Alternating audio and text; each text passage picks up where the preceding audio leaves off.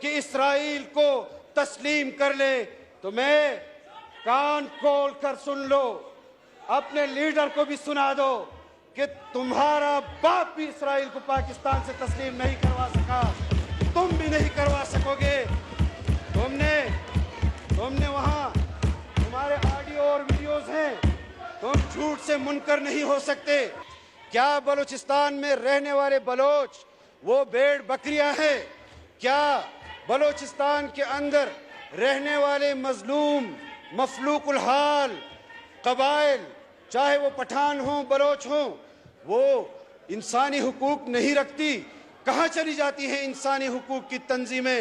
یہ تمام انسانی حقوق کی تنظیمیں صرف اس وقت پاکستان کے خلاف میدان عمل میں آ جاتی ہیں جہاں پر پاکستان کو، اس کے آئین کو، اس کی جمہوریت کو، اس کی انتظامیہ کو حقوق اور تحفظ دینے کے لیے عوام خود سامنے آ جاتی ہے۔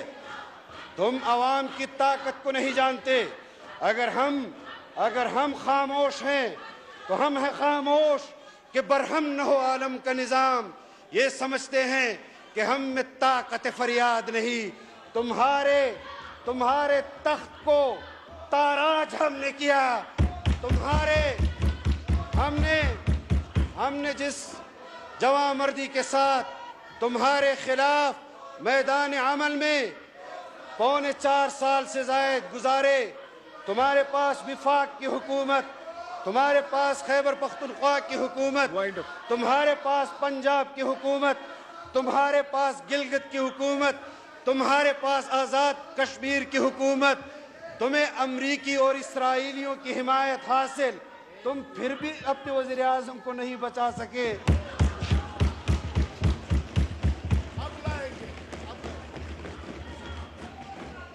اتنی بڑی بڑی حکومتیں تمہارے پاس، پاکستانیوں کے حق میں آٹا تو سستا نہیں کر سکے، چینی تو سستی نہیں کر سکے، کشمیر بیچائے۔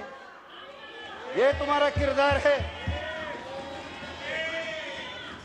یہ تمہارا کردار ہے۔ باپ کو بھی نہیں سنبھالا، اور جناب اسپیکر، ہمارا خیال یہ تھا، باپ کو بھی نہیں سنبھالا۔ اور یہاں کچھ لوگ ایسے ہیں جن کی تنظیم کا نام باپ ہے، یہ اپنے باپ کو بھی نہیں سنبھال سکے۔ انا للہ و انا الیہ راجعون۔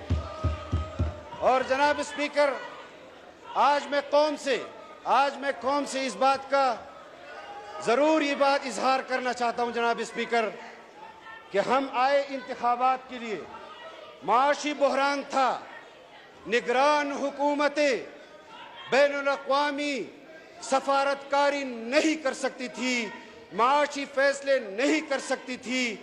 آج بھی اگر ہم جدوجہد کر رہے ہیں تو بین الاقوامی اس اعتماد کو واپس بحال کرنے کے لیے کر رہے ہیں کہ جس کو عمران خان نے تباہ و برباد کیا۔ چین کا اعتماد تباہ و برباد کیا، سعودی عرب کا اعتماد تباہ و برباد کیا، اور صرف اس بنیاد پر کہ دنیا بھر میں اسرائیلی لابی جو برسر پیکار ہے، پاکستان کو اس معاشی دلدل میں پھنسا دو کہ پاکستان کی مقتدر حلقے مجبور ہو جائیں کہ اسرائیل کو تسلیم کر لے۔